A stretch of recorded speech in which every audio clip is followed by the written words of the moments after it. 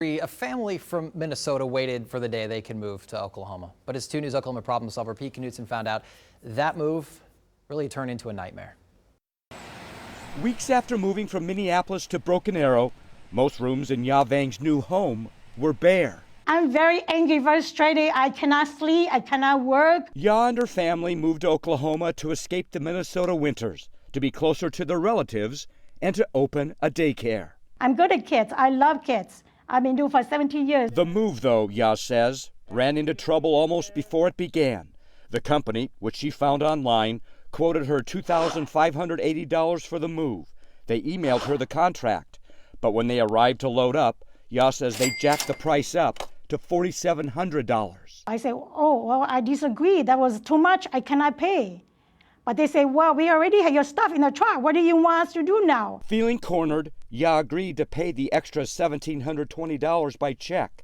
Then, Ya says, when the truck finally arrived in Broken Arrow, several weeks late, and on a holiday, the driver wouldn't unload or accept her cashier's check for the balance due, as was requested earlier.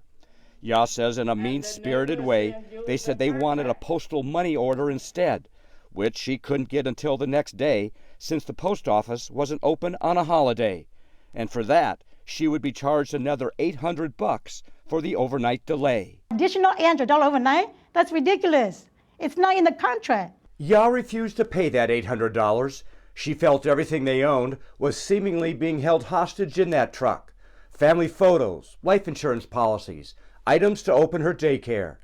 That's when Ya says the movers took their belongings to a Chicago warehouse, and eventually Ya was told they'd be auctioned off. I say, please do not do that. Don't you dare do that. That's my life, everything I have.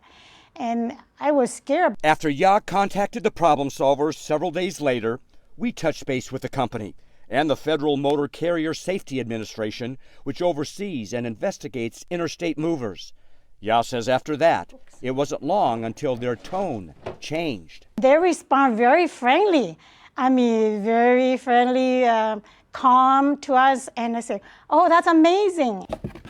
After working out a compromise on the balance due, Ya's belongings in all these boxes were finally delivered. I'm just so grateful, and my husband and we just jumped for joys with tears. We were on knees. As they unpacked those boxes, they promised themselves not to move again for many years and keep calling Broken Arrow home.